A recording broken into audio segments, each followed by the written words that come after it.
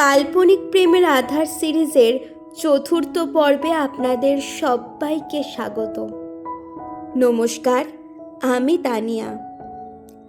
মানুষ যখন তার সবচেয়ে কঠিন সময় পার করে, হোক তার যুদ্ধ, দুর্ভিক্ষ কিংবা হাহাকার, তখন এক ফালি সবুজ বা একটি টিউলিপ ফুলই হয়ে ওঠে বেঁচে থাকার একমাত্র অনুপ্রেরণা।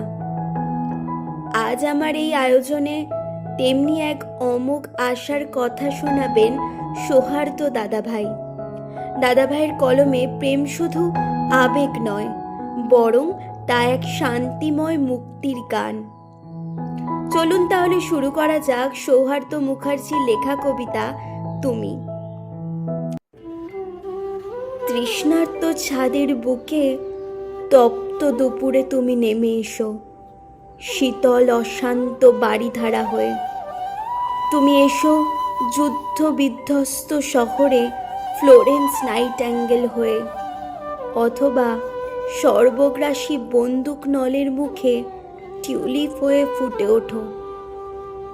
তুমি এসো সখী দুর্ভিক্ষের শহরে একটি ধানের শীষ হয়ে, এসো খরা মাটির বুকে সবুজ ঘাসের মতো, অথবা জন্ম নাও নভেম্বর বিপ্লবের সকাল হয়ে। তুমি হও সাধকের মোক্ষ এ কৌশিকীতে। আমার আঙিনা জুড়ে শুধু তুমি নেমে এসো অকাল বসন্ত উৎসব হয়ে। দুর্ভিক্ষের শহরে একটি ধানের শীষ হওয়ার চেয়ে বড় প্রেম আর কি বা হতে পারে।